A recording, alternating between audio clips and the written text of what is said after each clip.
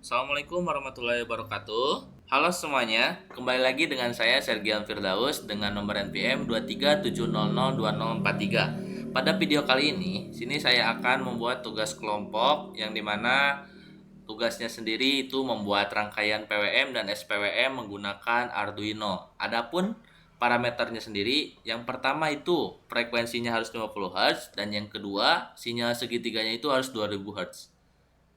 Oke. Karena di sini saya sudah membuat codingannya terlebih dahulu, jadi kita langsung bahas saja. Namun sebelum ke codingannya, di sini saya tidak menggunakan fitur standar Arduino, melainkan manipulasi register langsung agar hasilnya itu bisa jauh lebih presisi.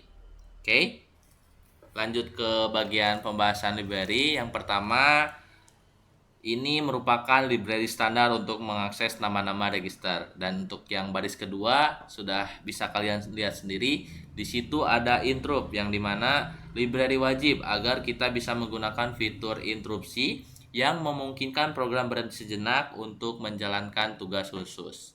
Lanjut ke bagian baris keempat. Di sini saya membuat 40 sampel sinus yang dimana merupakan lookup table yang isinya adalah nilai amplitudo gelombang sinus yang sudah diubah menjadi angka digital 0 sampai 255.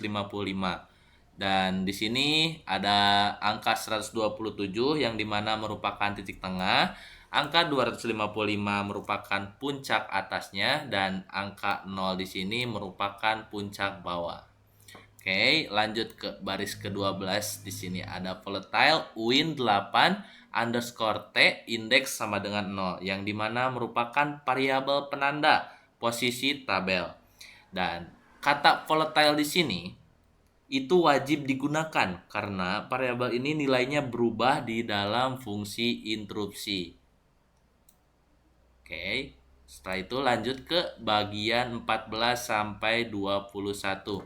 Nah, untuk di bagian ini, di sini ada ISR timer 2 underscore OVF underscore pack.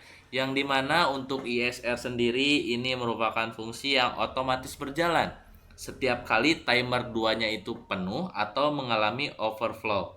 Karena timer 2 ini diatur sebagai pembentuk sinyal carrier atau sinyal segitiga. Maka setiap satu siklus segitiganya itu selesai, nilai sinus baru akan dimasukkan. Lanjut ke bagian baris 23 yang dimana untuk point setup di sini itu diatur untuk menghasilkan frekuensi standar 50 Hz pada pin 9 atau pin PWM. Oke, lanjut di baris 26 sampai 40. Nah, yang di baris ini kebetulan saya dibantu dengan AI yang dimana mungkin di sini saya akan menjelaskan yang saya ketahui saja. Itu ada di bagian baris 39. Ini ICR 1 sama dengan 39.999 yang dimana untuk codingan ini merupakan bagian register yang menentukan seberapa jauh timer itu menghitung. Dan angka 39.999 ini menghasilkan tepat 50 Hz. Dan yang kedua ada OCR 1A sama dengan 20.000. Nah, karena nilainya itu bisa kalian lihat setengah dari ICR 1, maka dihasilkan gelombang kotak dengan lebar on dan off-nya itu yang sama 50% atau bisa dibilang Dati cycle-nya itu 50%. Oke. Lanjut ke baris 42 sampai 57 karena ini tadi sudah dibahas. Mungkin di bagian sini bagian SPWM dan untuk pinnya sendiri itu di bagian pin 3. Yang dimana eh, di bagian penjelasannya sendiri ini merupakan timer 2 yang diatur untuk bekerja sangat cepat sebagai pembentuk sinyal pembawa carrier. Jadi bisa dibilang ini merupakan mode fast PWM 8 bit dan timernya itu akan menghitung cepat dari 0 sampai 255.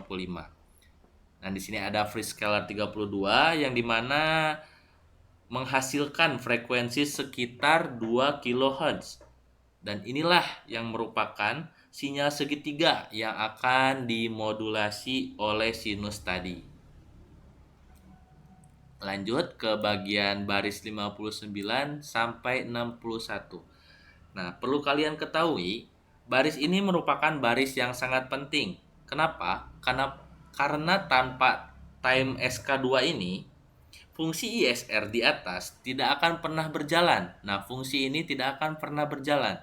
Dan sinyal di pin 3 ini tidak akan berubah menjadi sinus atau hanya kotak diam. Jadi bisa kalian lihat di osiloskopnya itu akan diam ketika codingan ini tidak ada. Jadi ini merupakan bagian paling terpenting dari rangkaian codingan yang sudah kelompok kami buat. Oke, lanjut ke bagian terakhir, yaitu di baris 64 sampai 66. Ini merupakan pemrograman sistem tertanam yang efisien dan semua proses pergantian sinyal ditangani langsung oleh modul timer di dalam chip secara otomatis. Nah, mungkin itu saja penjelasan dari codingan yang sudah kelompok kami buat. Bisa kalian lihat, ini merupakan hasil simulasi yang sudah kami buat. Nah, di sini kita sudah menguploadnya ke dalam Arduino, yang dimana di situ bisa kalian lihat untuk yang kabel berada di atas itu merupakan kabel pin, yang berada di bawah itu merupakan kabel grounding.